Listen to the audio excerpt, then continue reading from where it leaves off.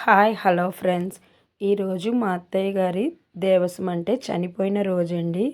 ఈరోజు తను జూన్ 15, 2020లో చనిపోయారు. కరోనా టైంలో చనిపోయారు.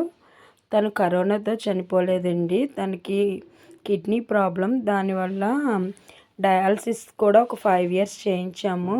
ఇంకా డయాలసిస్ కూడా చేయలేని స్థితిలో, అప్పుడు కరోనా టైం కాబట్టి ఇంకా తన బాడీ కూడా సహకరించదు అని చెప్పి ఇంకా అప్పుడైతే స్టాప్ చేసేసిన ఒక 2 రోజులకే తను చనిపోయారు.